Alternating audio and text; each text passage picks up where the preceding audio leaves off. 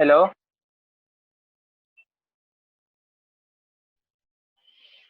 Sorry ऋषि, मैंने ध्यान नहीं दिया। अभी आ रही है आवाज ऋषि?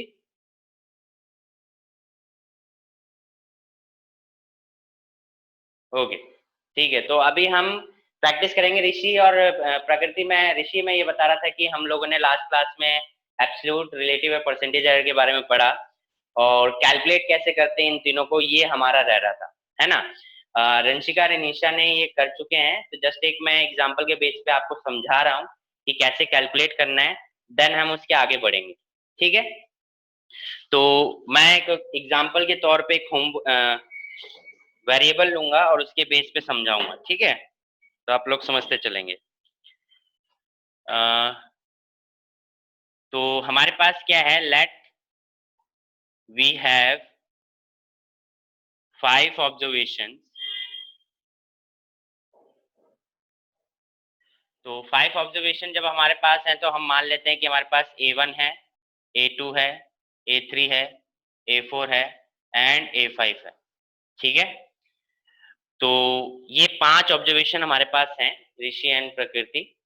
रंशिका एंड निशा आपकी एक तरीके से रिवीजन हो जाएगा। तो हमें क्या करना है सबसे पहले जब भी ऑब्जर्वेशन दिया जाता है तो उस ऑब्जर्वेशन में सबसे पहले काम हमारा एब्सोल्यूट एरर निकालना होता है। एब्सोल्यूट एरर हम निकालेंगे तभी क्या होगा, आप relative error and percentage error निकाल सकते हैं। अगर आपके पास एब्सोल्यूट एरर नहीं है तो रिलेटिव एरर के बारे में कोई इन्फॉर्मेशन नहीं मिलेगी और परसेंटेज एरर के बारे में कोई इन्फॉर्मेशन नहीं मिलेगी।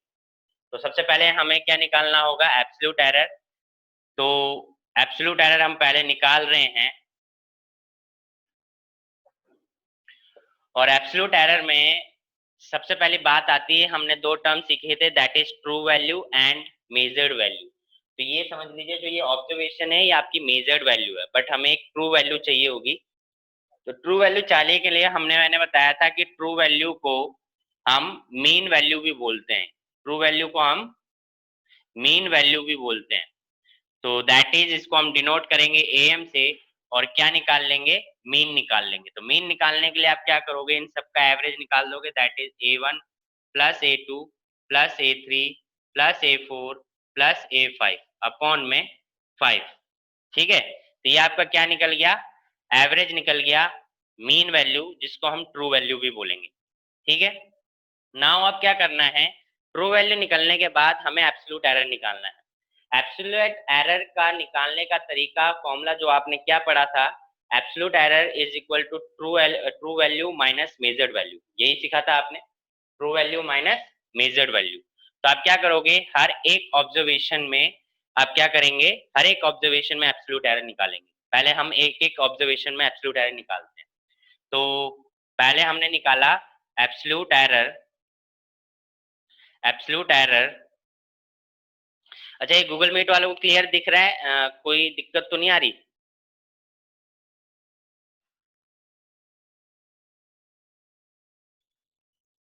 प्रकृति दिख रहा है इजीली?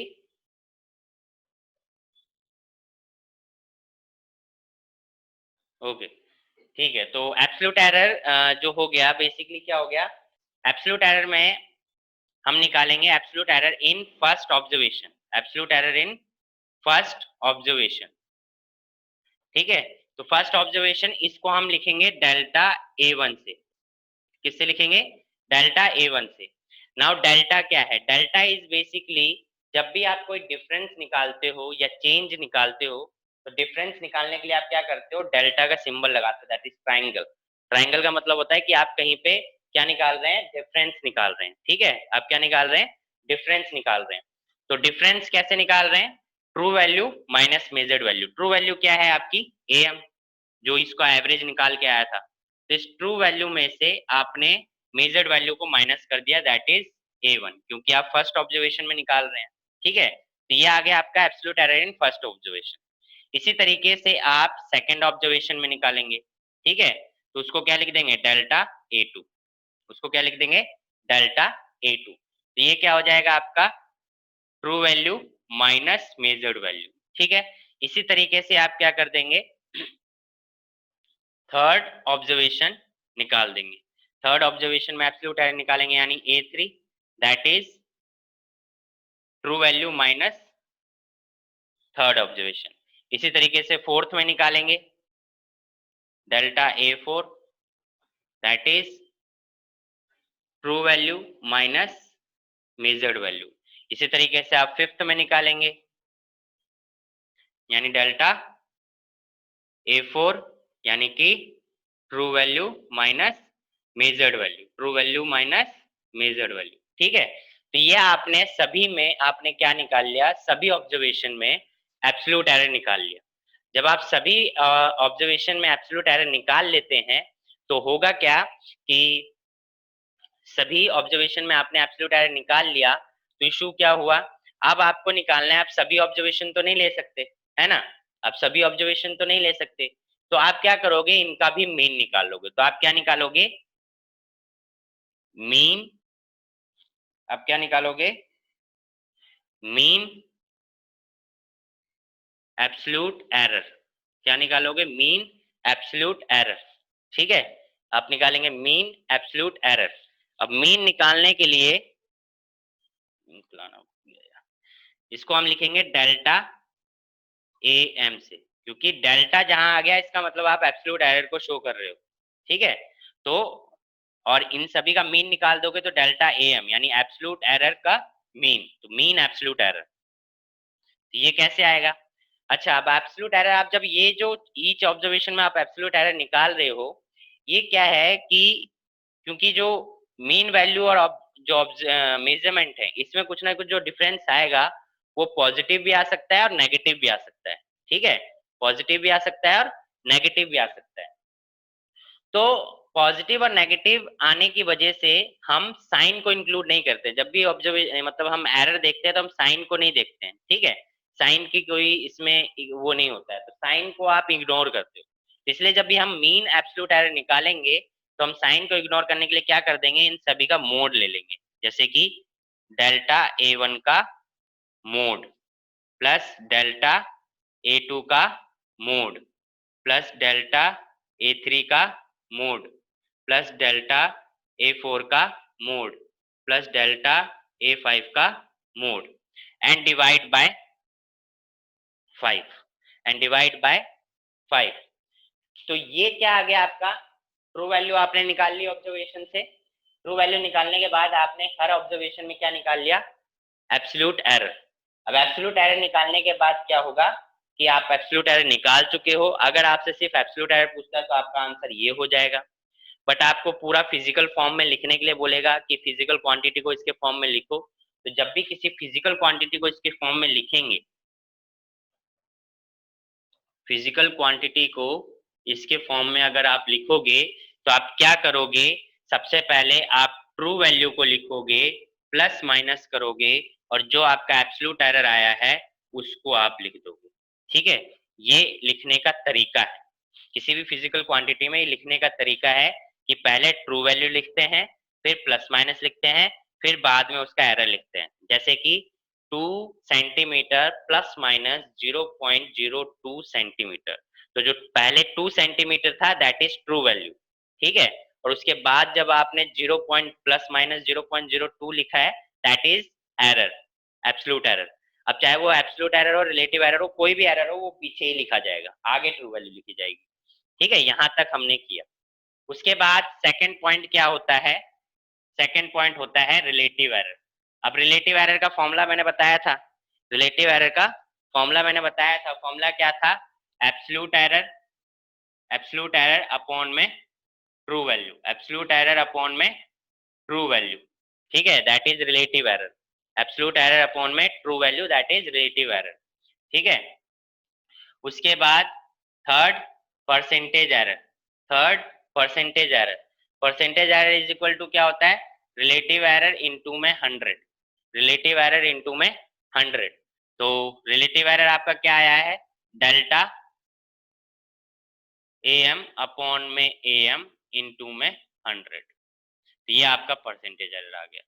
तो ये निकालने का तरीका है, अगर आपको कोई ऑब्जर्वेशन दे दे, जैसे कि यहाँ पे 5 ऑब्जर्वेशन क्या हो गई, 2.48 सेंटीमीटर, 2.50 सेंटीमीटर, 2.52 सेंटीमीटर, 2.49 सेंटीमीटर, इस तरीके की ऑब्जर्वेशन दे दी और आपसे बोले कि इस ऑब्जर्वेशन के बेस पे आप इसमें absolute error, relative error, percentage error calculate करो।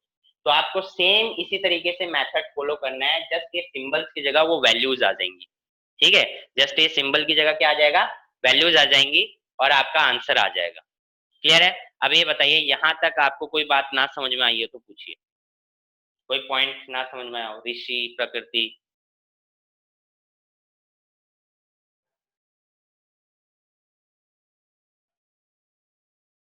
ऋषि नो सर, तो कुछ नहीं समझ में आया ऋषि, ये सब समझ में आ गया? Clear, okay. प्रकृति क्लियर, ठीक है। तो ये आप इसका स्क्रीनशॉट ले लो, या नोट करना है जैसे आप नोट कर रहे होंगे तो अच्छी बात है, अदरवाइज स्क्रीनशॉट ले लो, देन हम आगे बढ़ते हैं। ये मैंने लास्ट क्लास तक ईशा एंड दंशिका को करा दिया था।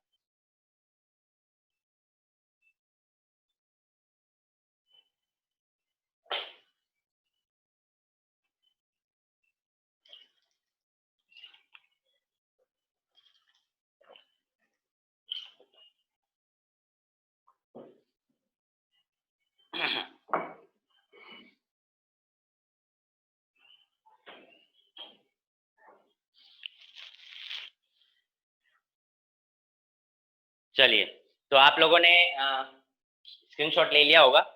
देन हम आज आगे बढ़ते हैं।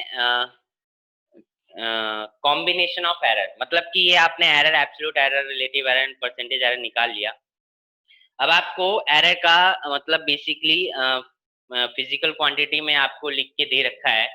ठीक है, फिजिकल क्वांटिटी एरर के फॉर्म में लिखा हुआ है, एरर इन द सेंस जैसे 2 centimetre plus minus 0.2 centimetre, 3 centimetre 0 plus minus 0.2, बाद में कोई यूनिट नहीं लगी है, या 0.2%। तो इस तरीके से अगर आपको एरर दे रखा है और उसमें कॉम्बिनेशन दे दे, कॉम्बिनेशन मतलब कि एरर को ऐड करना है, माइनस करना है, मल्टीप्लाई करना है, डिवाइड करना है, तो हम क्या अपनाएंगे, ट्रू वैल्यू के साथ क्या करेंगे, एरर के साथ क्या करेंगे, वो चीज अब बेसिकली हम यहाँ पे सीखेंगे। ठीक है, कि एरर के साथ हमें बेसिकली क्या करना है। तो एरर के साथ हमें क्या करना है, वो चीज, वो टॉपिक सारी हमारे कॉम्बिनेशन ऑफ एरर में आएगा।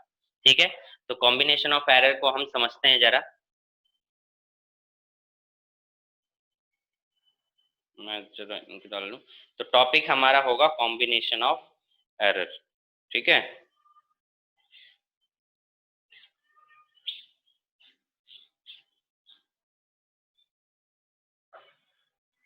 Combination of error. हम्म, तो इसको रब कर देते हैं।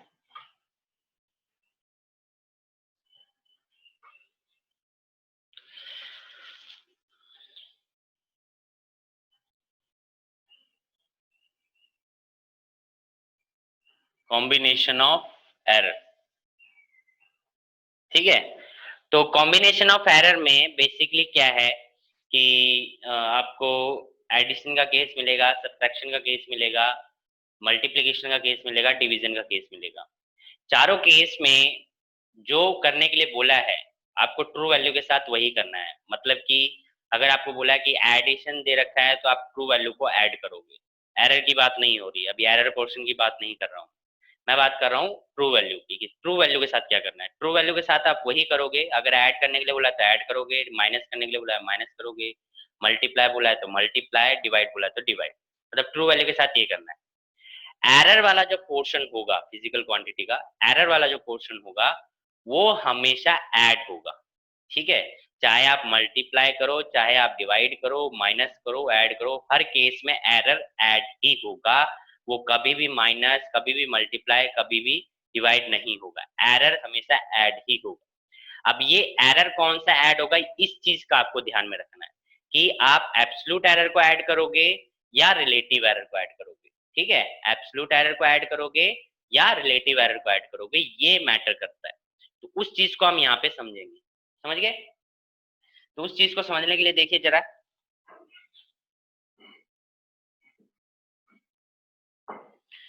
सबसे पहला चीज हम लेते हैं एडिशन। ठीक है, सबसे पहला चीज हम क्या लेते हैं, एडिशन। एडिशन में आपके पास एक फिजिकल क्वांटिटी है ए, जिसमें ट्रू वैल्यू ए हो गया माइनस, और एब्सोल्यूट एरर हो गया डेल्टा ए। बी जो हो गया that is B true value हो गया और plus minus delta B error, absolute error.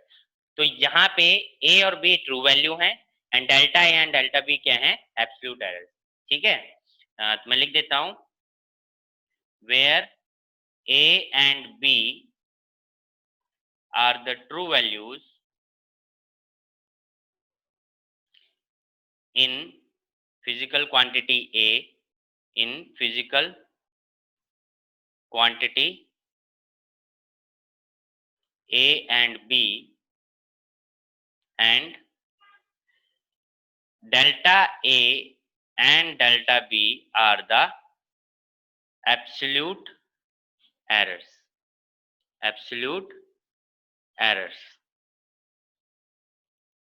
respectively। ठीक है, तो ये एरर्स हैं, क्लियर है।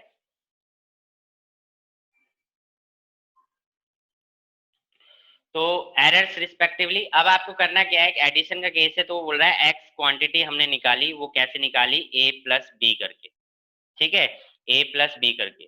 तो एक्स क्वांटिटी जो आ रही है वो ए प्लस बी करके आ रही है, तो आप ट्रू वैल्यू को क्या करोगे, ऐड ही करोगे।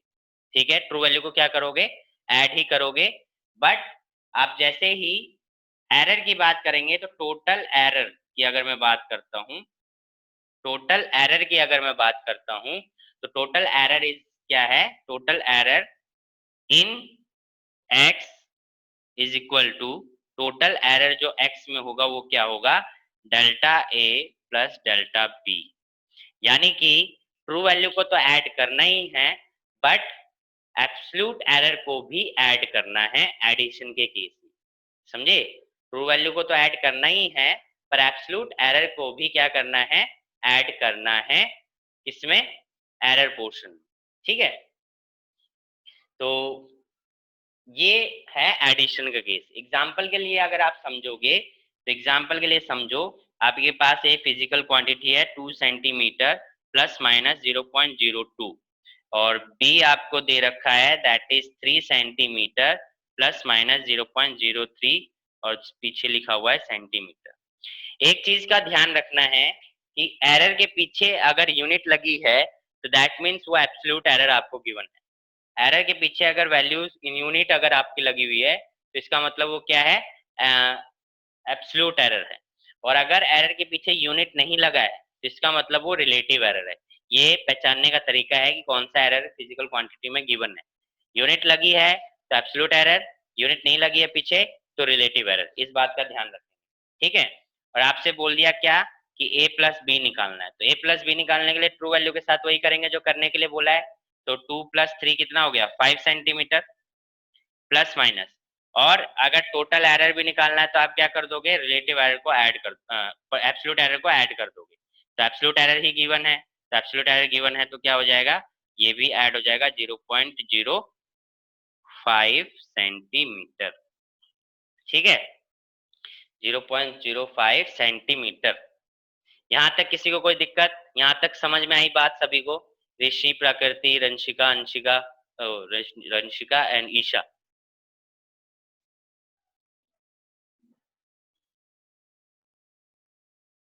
यस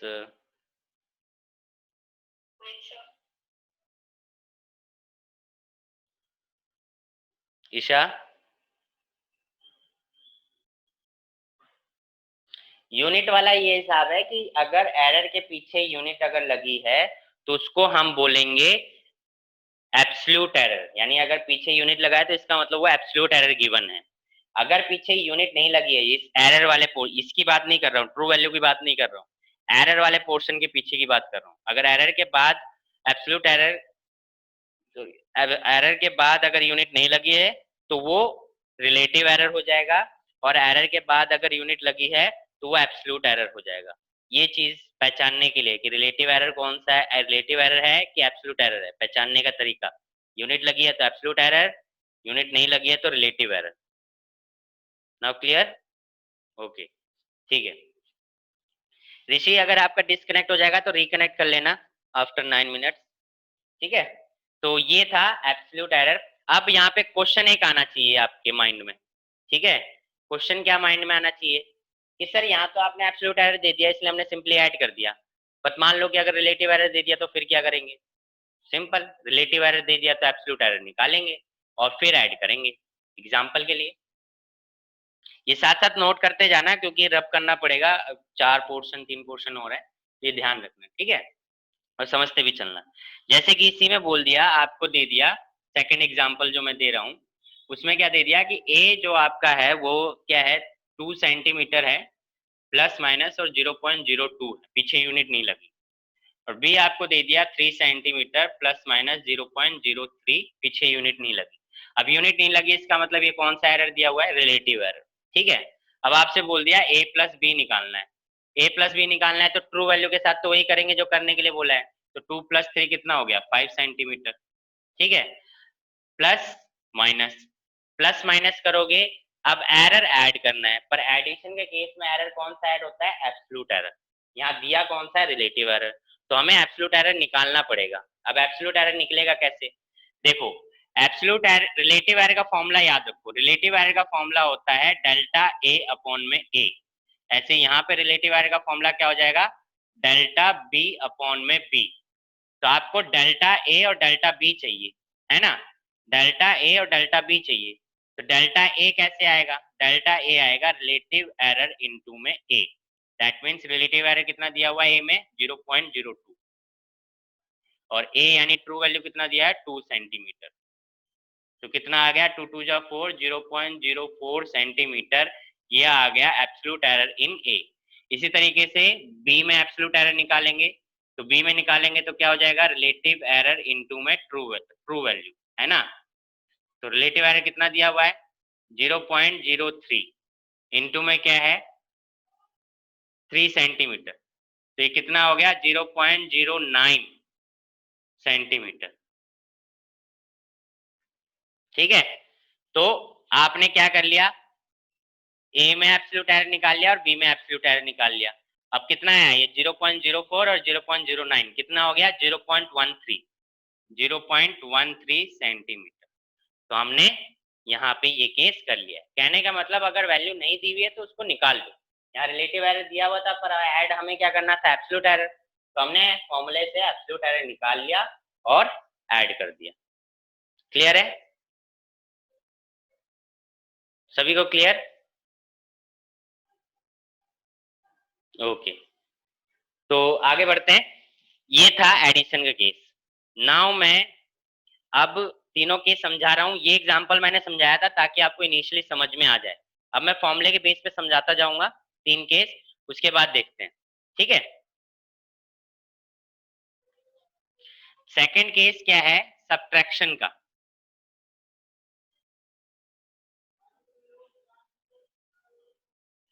ठीक है। सब्ट्रैक्शन का अगर आप देखोगे तो सब्ट्रैक्शन में क्या होगा? बेसिकली आपको ए दे रखा है physical quantity, that is A plus minus delta A, और बी दे रखा है that is B plus minus delta B, और करना क्या है? आपको x जो निकालना है वो निकालना है a माइनस बी करके। तो टोटल एरर x में, तो ट्रू वैल्यू के साथ तो वही करेंगे जो करने के लिए बोला है, यानी कि आप क्या कर दोगे? ट्रू वैल्यू में बेसिकली माइनस कर दोगे, a माइनस बी आ जाएगा ट्रू वैल्यू। बट एरर के साथ क्या होगा वो देखो, टोटल एरर जो यहाँ पे निकलता है इन x, वो निकलता है delta A plus delta B, यानी कि यहाँ भी क्या होगा? एरर ऐड होगा, बट ऐड कौन सा होगा? एब्सोल्यूट एरर ऐड होगा। ऐड कौन सा होगा? एब्सोल्यूट एरर ऐड होगा।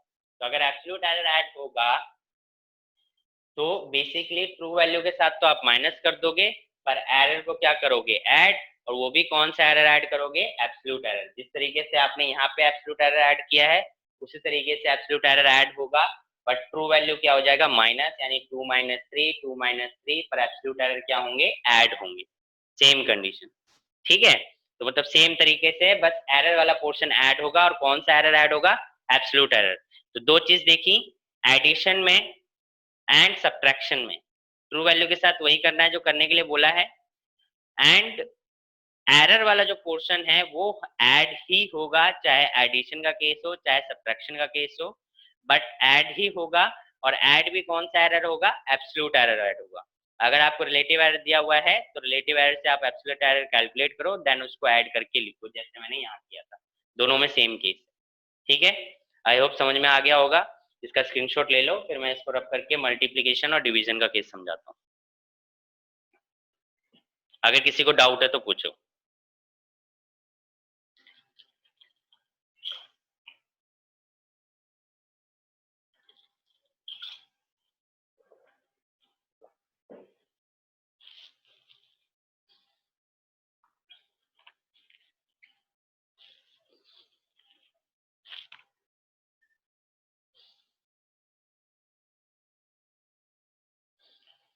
स्क्रीनशॉट ले लिया, आगे बढ़ते हैं।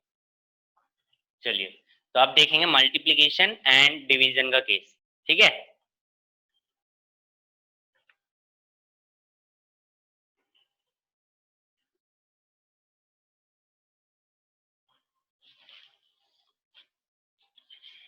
सेकंड केस है multiplication,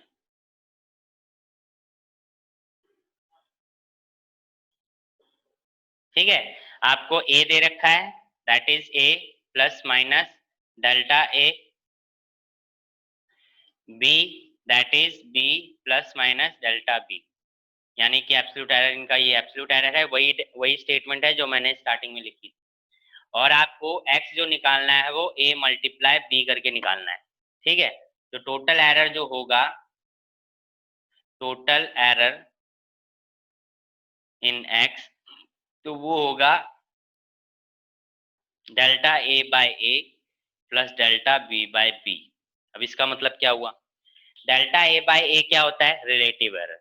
delta b by b क्या होता है, रिलेटिव एरर। यानी कि मल्टीप्लीकेशन में आप ट्रू वैल्यू को मल्टीप्लाई तो कर दोगे, बट जब एरर की बात आएगी तो हम रिलेटिव एरर को ऐड करेंगे, ना कि एब्सोल्यूट एरर को। मतलब एरर ऐड तो करना है, बट रिलेटिव एरर को ऐड करना है, एब्सोल्यूट एरर को नहीं। किसको ऐड करना है, रिलेटिव एरर को, ठीक है।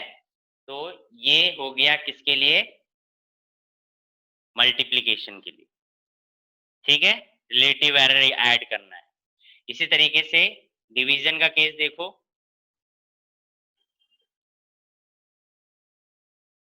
डिवीजन में आपको ए दे रखा है, A plus minus delta A, B दे रखा है, B plus minus delta B, और जो एक्स आएगा वो क्या आएगा, डिवाइड करके आएगा। एक्स आएगा वो कैसे आएगा, डिवाइड करके आएगा। तो टोटल एरर निकालना है, टोटल एरर इन एक्स, ठीक है। तो टोटल एरर इन एक्स निकालोगे तो कैसे आएगा, अगेन सेम रिलेटिव एरर को ऐड करके। किससे आएगा, रिलेटिव एरर को ऐड करके, ठीक है। रिलेटिव एरर को ऐड करके, समझ गए।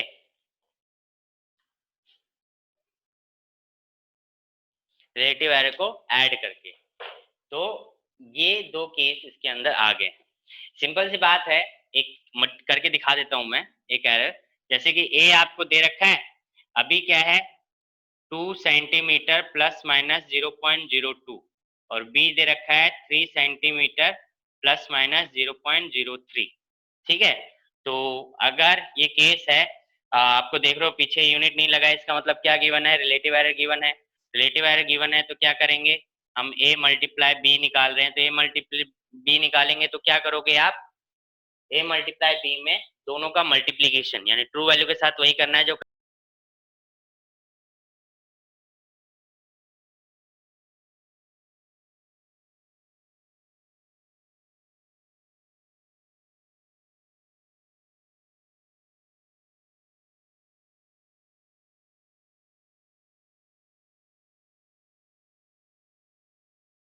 सर।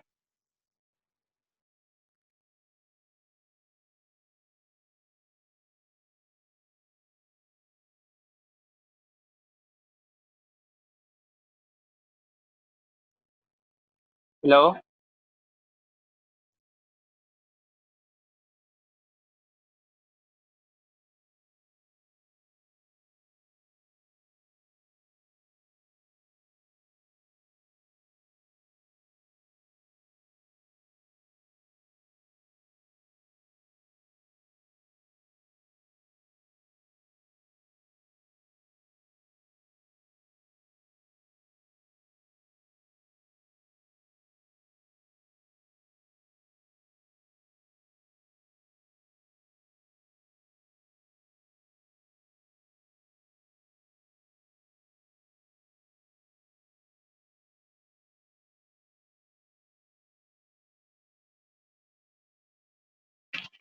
सर आपका माइक म्यूट है। तो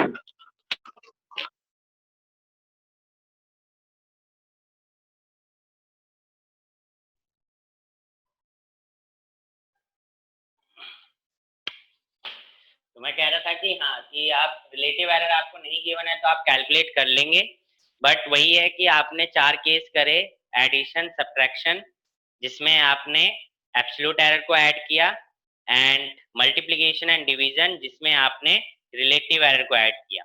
अगर नहीं गिवन है तो फॉर्मूले के बेस पे एक ही फॉर्मूला यूज हो रहा है, रिलेटिव एरर निकालना तो ये फॉर्मूला, और एब्सोल्यूट एरर निकालना तो इसको मल्टीप्लाई कर दो तो एब्सोल्यूट एरर आपका आ जाएगा डेल्टा ए डेल्टा बी। तो बेसिकली आपको ये ध्यान रखना है कि किस कंडीशन में कौन सा एरर ऐड करना है। इतना तो आपको ये जनरली याद होगा कि एरर को ऐड ही करना है चाहे कोई भी कंडीशन हो, बट एरर कौन सा ऐड करना है इस चीज का ध्यान रखना है।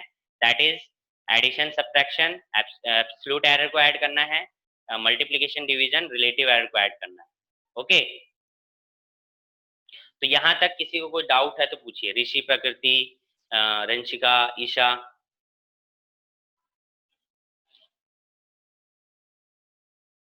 Isha no sir.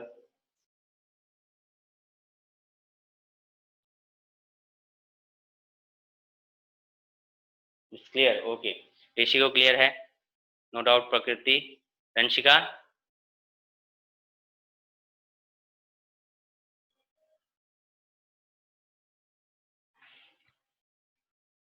रंशिका,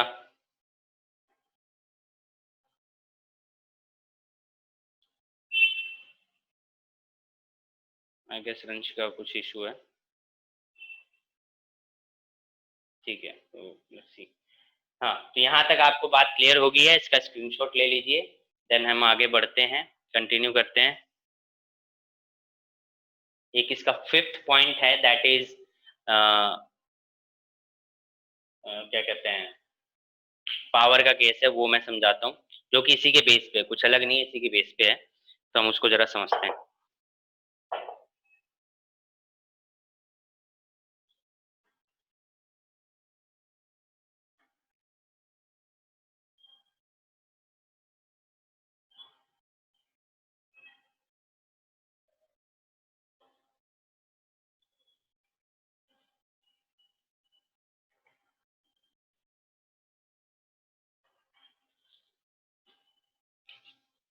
fifth case है, दैट इज पावर का केस।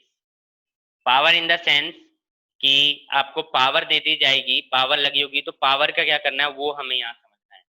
जैसे कि x जो वैल्यू निकल रही है वो a को मल्टीप्लाई करके और b को मल्टीप्लाई करके आ रही है, पर इन दोनों की कुछ ना कुछ पावर है। ये सिर्फ मल्टीप्लीकेशन का केस नहीं है, डिवीजन का भी केस है, मतलब इसमें डिवीजन भी आ जाता है। ठीक है, अब आपको पता है कि अगर आप मल्टीप्लाई कर रहे हो तो कौन सा एरर ऐड करते हो, रिलेटिव एरर, चाहे डिवीजन हो। अब चाहे इसमें कुछ डिवाइड में भी डाल दूंगा तब भी आप क्या करोगे, एरर को ऐड ही करोगे, है ना। तो एरर को ऐड ही करना है। तो अगर आप जब टोटल एरर निकालते हो इन एक्स, तो वो जो टोटल एरर निकलेगा वो रिलेटिव एरर को ही ऐड करके निकलेगा यहाँ पे, क्योंकि मल्टीप्लीकेशन का केस है। तो डेल्टा एक्स अपॉन में एक्स निकलेगा, that is delta A by A plus delta B by B. But जो पावर होती है वो पावर क्या हो जाती है, वो आगे आ जाती है मल्टीप्लीकेशन। ये चीज है, ठीक है, पावर क्या होती है, आगे आ जाती है मल्टीप्लीकेशन में, ये ध्यान रखना है। अगर मान लो मल्टीप्लीकेशन और डिवीजन का केस है और उनकी कुछ पावर है, तो आप उसी तरीके से, जिस तरीके से आप रिलेटिव एरर को ऐड करते हो उसी तरीके से ऐड करो, बट जो पावर है वो उसके आगे मल्टीप्लाई में ले आओ। ठीक है, 2 पावर है तो 2 ले आओ, 3 पावर है तो 3 ले आओ। जैसे अभी तक पावर नहीं थी, तो पावर नहीं होने का मतलब ये तो ना कि कोई पावर ही नहीं थी, पावर 1 थी, हम बस उसको शो नहीं कर रहे थे। तो आगे 1 लिखोगे तो बात तो वही पड़ेगी, इसलिए हम उसको बोल नहीं रहे थे। अभी 1 से ज्यादा पावर होगी तो बोलना पड़ेगा, मेंशन करना पड़ेगा, तो वो चीज यहाँ पे आगे पावर आगे आ जाती है। ठीक है, तो आप जैसे देखो अगर इनकी पावर 1 1 हो तो फॉर्मूला वही बन जाएगा ना, delta A by A delta B by B, वही फॉर्मूला बन गया रिलेटिव एरर को ऐड करने का। तो ये पावर का केस हो गया। इसका एक एग्जाम्पल है, एग्जाम्पल क्या, ये क्वेश्चन है एनसीईआरटी का, मैं कर बताता हूँ। 2.13, ठीक है, 2.13 एक्सरसाइज का क्वेश्चन है, और ज्यादातर टीचर इस एरर की कॉम्बिनेशन में से इसी क्वेश्चन को ज्यादातर लेते हैं या एग्जाम में क्वेश्चन पेपर में डालते हैं, तो इसको आप देखो कैसे करते हैं। क्वेश्चन कह रहा है, ये मैं आप नोट कर लिए होंगे। क्वेश्चन देखो क्या कह रहा है। A physical quantity P is related to 4 observations A, B, C and D as follow. यानी कि जो क्वेश्चन दिया हुआ है, क्वेश्चन एक्सरसाइज का है 2.13। तो जो क्वेश्चन दे रखा है उसमें जो फिजिकल क्वांटिटी P है वो इस तरीके से दे रखा है, दैट इज A की पावर Q, B की पावर स्क्वायर अपॉन में under root C and D। ठीक है, C एंड D, ये फॉर्मूला दिया हुआ है। तो आप देख रहे हो मल्टीप्लाई एंड डिवाइड का केस है और पावर आ गई है। C अंडर रूट में, इसका मतलब हम इसको क्या लिख सकते हैं, C की पावर हाफ। ठीक है, तो ये समझ में आई बात। नाउ अब इसमें आप देख रहे हो मल्टीप्लीकेशन डिवीजन है, तो आपके माइंड में सीधा ध्यान में आ गया होगा कि भाई रिलेटिव एरर ऐड होगा, है ना, रिलेटिव एरर ऐड होगा। अब आगे क्वेश्चन देखो क्या कहता है। The percentage error of measurement in A B C and D are, A में दे रखा है 1% एरर, ठीक है, बी में दे रखा है 3% एरर, सी में दे रखा है 4% एरर एंड डी में दे रखा है 2% एरर। ठीक है, अब जैसे ए में परसेंटेज एरर 1% दे रखा है, तो परसेंटेज एरर कैसे लिखते हैं, परसेंटेज एरर लिखते हैं हम रिलेटिव एरर इनटू में 100। परसेंटेज एरर कैसे लिखते हैं, रिलेटिव एरर इनटू में 100, इसी तरीके से लिखते हैं। अब रिलेटिव एरर क्या होता है, delta A by A into में 100, है ना। तो इसका मतलब अगर ये जो 1% दे रखा है वो किसकी जगह दे रखा है, delta A by A into 100 की जगह दे रखा है 1%। ऐसे ही delta B by B into में 100 की जगह दे रखा है 3%। ठीक है, इसी तरीके से डेल्टा सी बाय सी इंटू 100 की जगह क्या दे रखा है 4%। इसी तरीके से डेल्टा डी अपॉन में डी इंटू में 100 दे रखा है 2%। तो ये परसेंटेज दे रखा है, इसका मतलब हमें ये जहां दिखेगा वहां 1% पुट कर देंगे, जहां ये दिखेगा वहां 3% पुट कर देंगे। मैथमेटिक्स पढ़े हो 10th तक, है ना।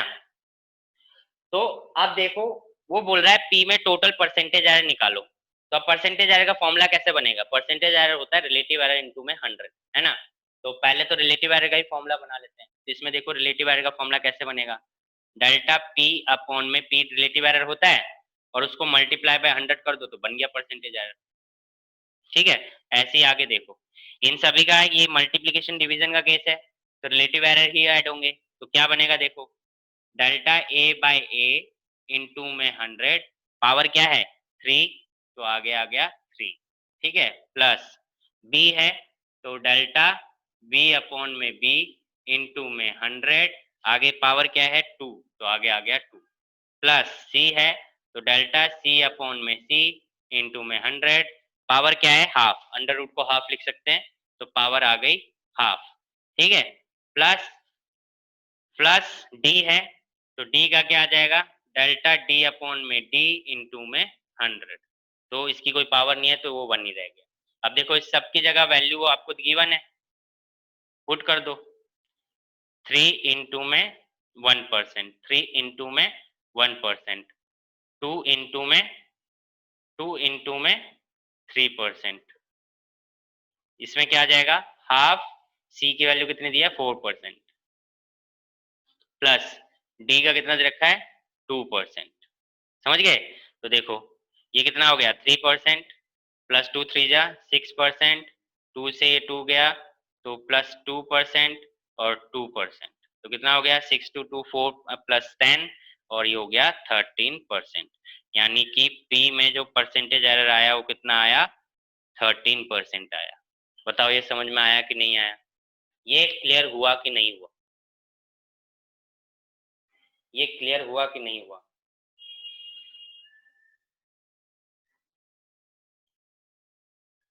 ऋषि, यस सर, ओके।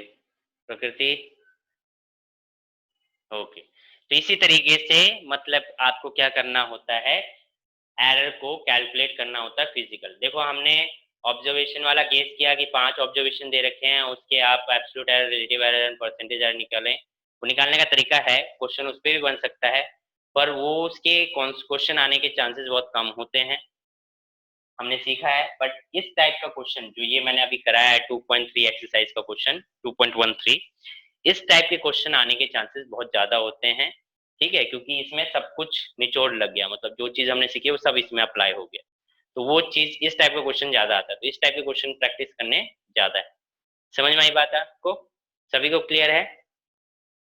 ठीक है, सभी को क्लियर है, आप सब यस बोल चुके हैं, ठीक है। तो ये था हमारा एरर वाला पोर्शन। एरर सिर्फ इतना ही है, एरर में आप कुछ नहीं है, एरर में सिर्फ इतना ही है, इतना ही इसके अंदर एरर के अंदर पढ़ा जाता है और इसी पे आपके क्वेश्चन बनते हैं, ठीक है। एनसीईआरटी एक्सरसाइज, एनसीईआरटी के एग्जाम्पल्स हैं एरर के बेस पे, उन एरर के एग्जाम्पल्स को आप आज ट्राई करेंगे। मैं अभी एनसीईआरटी है नहीं, ठीक है, आप एनसीईआरटी की पीडीएफ आपने डाउनलोड करी होगी, तो आप देखना वो जहां से एरर पोर्शन स्टार्ट हुआ होगा उसके बाद काफी सारे एग्जांपल्स हैं, 3-4 एग्जांपल्स हैं, तो उन एग्जांपल्स को आप ट्राई करना, ठीक है। और ट्राई करके जो हो जाते हैं, समझ में आ जाते हैं, अच्छे हैं, जो नहीं समझ में आते उसको नेक्स्ट क्लास में हम देखेंगे न्यूमेरिकल के बेस पे, क्योंकि हमें न्यूमेरिकल प्रैक्टिस भी करनी है इस चैप्टर की, तो कुछ न्यूमेरिकल प्रैक्टिस भी करेंगे। एक इस चैप्टर से लेकर टॉपिक जो बच रहा है वो टॉपिक है दैट इज पैरेलैक्स, ठीक है।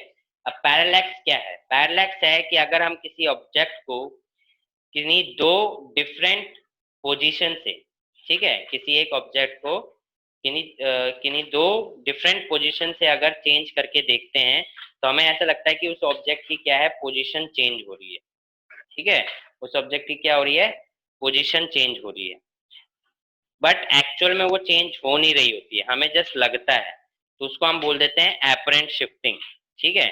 क्या बोल देते हैं? Apparent shifting. एपरेंट शिफ्टिंग मतलब कि बेसिकली हमें लग रहा है बट एक्चुअली में वो हो नहीं रहा है, तो ऐसे में उस इस तरीके के फिनोमेना को हम बोल देते हैं पैरेलैक्स, या पैरेलैक्स मेथड, या सिर्फ पैरेलैक्स भी पूछा जा सकता है, ठीक है। तो टॉपिक आप लिख लेंगे पैरेलैक्स, टॉपिक आप लिख लेंगे parallax,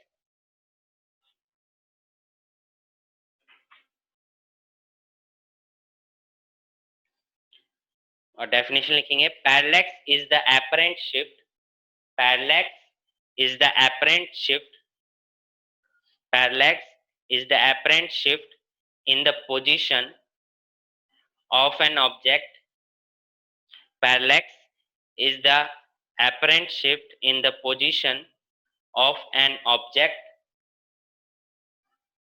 with respect to another, with respect to another, when we shift our eye sidewise, when we shift our eye sidewise, when we shift our eye sidewise,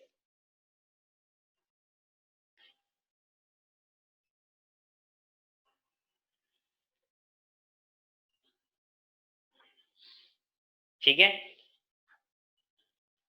Parallax is the apparent shift in the position of an object with respect to another when we shift our eye sidewise, ठीक है। जैसे कि मान लो ये thumb वाला example है, ऐसे सामने थंब रखो और क्या करो कि एक आंख से ऐसे करो, ऐसे करके ऐसे, एक बार ऐसे और फिर एक बार ऐसे, तो ऐसे जब आप देखते हो, कई बार आप करते होगे, बचपन में बहुत किया, हमने तो बहुत किया है, ऐसे ऐसे करके देखते हो तो ऐसे लगता है ना कि थंब की पोजीशन चेंज हो रही है, आप बेसिक करके देखो तो आपको लगेगा कि थंब की पोजीशन चेंज हो रही है। किस ऋषि ने किया है? ऋषि किया है आपने कभी ये ऐसे थंब करके?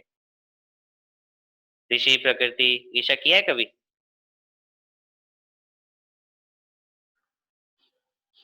ईशा ने किया है, हाँ, ईशा को मुझे समझ में आता है। ऋषि ने भी किया है, प्रकृति यस, ओके ठीक है, सभी ने किया है।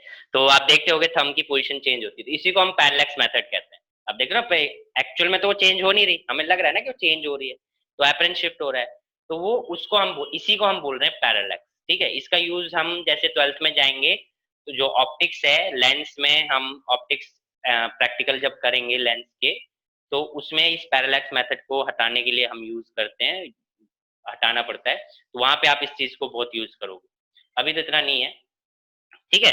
इसके ऊपर एक फॉर्मूला बन जाता है, न्यूमेरिकल छोटा सा आ जाता है, क्या है कि ये ऑब्जेक्ट है और ये दो डिफरेंट पोजीशंस हैं ए एंड बी, ऑब्जेक्ट का इस पोजीशन से जो डिस्टेंस है डी है और इन दोनों के बीच का जो डिस्टेंस है बेस बी है, और ये जो एंगल बनाता है वो कितना बनाता है, थीटा।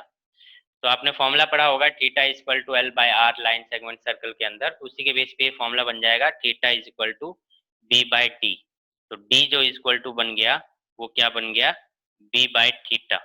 ठीक है, बी बाय थीटा। और थीटा ध्यान रखना ये रेडियन में होगा, थीटा जो होगा वो रेडियन में होगा। तो ये फॉर्मूला है इसका। ठीक है, अगर ये डिस्टेंस निकालना हो, ये डिस्टेंस निकालने के लिए फॉर्मूला आता है, तो अगर ये डिस्टेंस निकालना है तो आप ये फॉर्मूला यूज करेंगे और इसके बेस पे क्वेश्चन होंगे। ठीक है, यहाँ तक किसी को कोई डाउट, आज जो हमने टॉपिक देख पढ़ाया है उसको एक बार देख लो पीछे से पेज पलट पलट के, देन पूछिए अगर कोई डाउट है। ऋषि मैनी टाइम्स लड़कों की आदत होती है खुराफाती करना, है ना।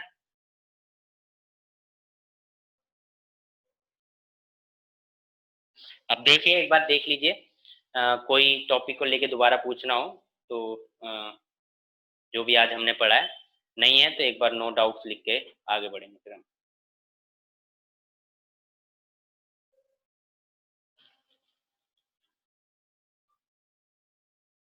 नो डाउट्स ऑफ प्रकृति, ओके, नो डाउट्स ऋषि।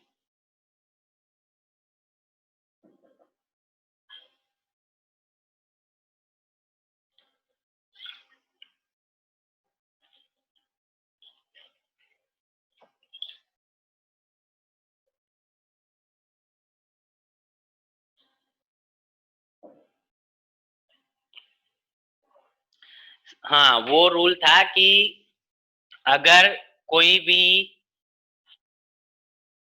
ये नोट कर लिया ना, वो रूल था कि अगर कोई नंबर है जैसे 5430000, तो अगर इसके पीछे यूनिट नहीं लगी है तो हम इन जीरो को काउंट नहीं करेंगे। ठीक है, ये एनसीईआरटी का रूल कहता है, एनसीईआरटी में कहता है। अभी मेरे को ध्यान आया वो टीचर क्यों नहीं लिखवाते हैं, क्योंकि एनसीईआरटी में नहीं है, एनसीईआरटी फॉलो करते हैं। ठीक है, तो 54300, तो वो जीरो को काउंट नहीं करेंगे। अगर रूल बाकी बुक्स, बहुत सारी बुक्स कहते हैं कि अगर आप पीछे यूनिट लगा देते हो यानी मेजरमेंट कर देते हो, यानी कि किलोमीटर मीटर सेकंड, मतलब मेजरमेंट में आ गया, देन इस जीरो को काउंट करते हैं, देन इस जीरो को हम काउंट करते हैं। ठीक है, ये कौन बोल रहा है, रूल कहता है, यानी कि अगर यूनिट नहीं है तो नहीं काउंट करेंगे, पर यूनिट लग गया तो काउंट करेंगे मेजरमेंट में। ये चीज है, ये था रूल। हम्म। तो ईशा, आपका तो ये चैप्टर खत्म हो गया है, एंड ऋषि एंड प्रकृति, आपके कुछ दो तीन छोटे मोटे टॉपिक्स बचे हुए हैं। हर क्लास की रिकॉर्डिंग है, तो मैं एक बार रिकॉर्डिंग आपको भेजूंगा, आप लोग देखना। ऋषि ऐसा आप ना मेरे को अपना नंबर भेजना, ताकि आपका नंबर मैं ग्रुप में ज्वाइन करवा दूं, व्हाट्सएप ग्रुप में। ठीक है, सर टेस्ट मत लेना अभी प्लीज, क्यों, क्या हो गया। अभी एक क्लास है, अभी एक क्लास में हम न्यूमेरिकल करेंगे। ठीक है, तो ऋषि एक बार अपना नंबर मेरे को व्हाट्सएप कर देना प्रकृति से पूछ के। ठीक है, तो मैं आपको ग्रुप में ज्वाइन करवा दूंगा। एंड क्या कहते हैं, क्या कह रहा था मैं, हाँ, और जो होमवर्क है वो होमवर्क मैंने बोला था कि गूगल क्लासरूम आप डाउनलोड कर लेंगे, तो प्रकृति एंड ऋषि आप ही रह रहे हैं, वो आप ज्वाइन कर लेंगे गूगल क्लासरूम। तो उसमें जो होमवर्क होगा वो आप होमवर्क लिख के उसी में अपलोड कर दिया करेंगे, ताकि मैं देख सकूं आप लोग होमवर्क कर रहे हैं कि नहीं कर रहे हैं। मैं कोड भेज दूंगा गूगल क्लासरूम का, वो कोड आप डाल के गूगल क्लासरूम ज्वाइन कर लेना। ठीक है, एंड क्लासेस भी मैं वहीं डाल देता हूँ, आपको जो भी क्लासेस हैं पीछे की, छोटा सा ही रह रहा है, छोटा सा पोर्शन है वो, एक बार आप वो वीडियो देख लेना, उसमें अगर कोई डाउट आता है नेक्स्ट क्लास में आप पूछना। ठीक है, मैं वो वीडियो भेज दूंगा, कुछ दो तीन टॉपिक्स हैं जो रह रहे हैं आपके, बाकी ऑलमोस्ट तो लगभग कंप्लीट है, एंड ये चैप्टर फिनिश है। तो हम कल इस नेक्स्ट क्लास में हम इसके न्यूमेरिकल कॉन्सेप्ट करेंगे, एंड इस चैप्टर से लेके जो भी आपके डाउट होंगे वो डाउट लेंगे नेक्स्ट क्लास। तो बी श्योर कि आप ये चैप्टर एक बार रिवाइज कर लें, जो टॉपिक्स हैं उनको अच्छे से देख लें, उसमें कुछ डाउट है तो वो पूछ लें। ठीक है, एंड ऋषि एंड प्रकृति, आपको हम नेक्स्ट क्लास में देखते हैं कि आपके क्या डाउट्स हैं, तो उसको लेके हम उस नेक्स्ट क्लास में क्लियर करेंगे। ओके ऋषि एंड प्रकृति।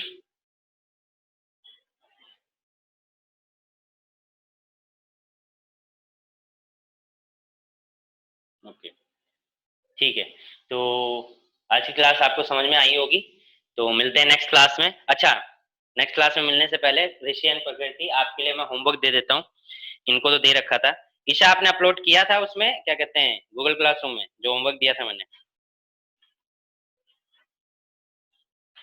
ओके ठीक है, मैं देखता हूँ आज।